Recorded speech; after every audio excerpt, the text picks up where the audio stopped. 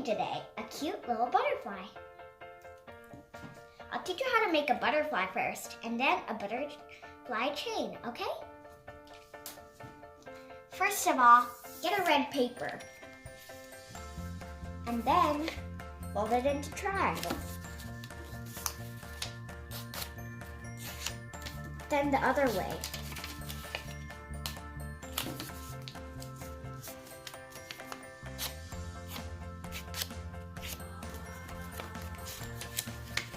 And then see there's kind of like a folding between. So you fold it this way again, and then you hold the middle, and then you squeeze it in, and then you fold it in again. Make it into a right-shaped triangle. It has to be a right shape. If it's like this, the corner is not right, but it has to be in right shape. So we squeeze it in again and make the right shape.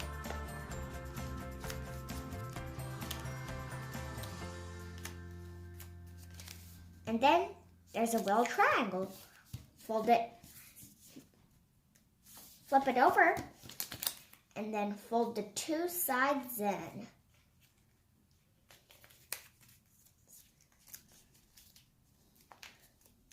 Flip it over again. There's still one corner left. Flip it over there. It's almost a butterfly, and squeeze it in. And push it in for at least 10 seconds. And then let go.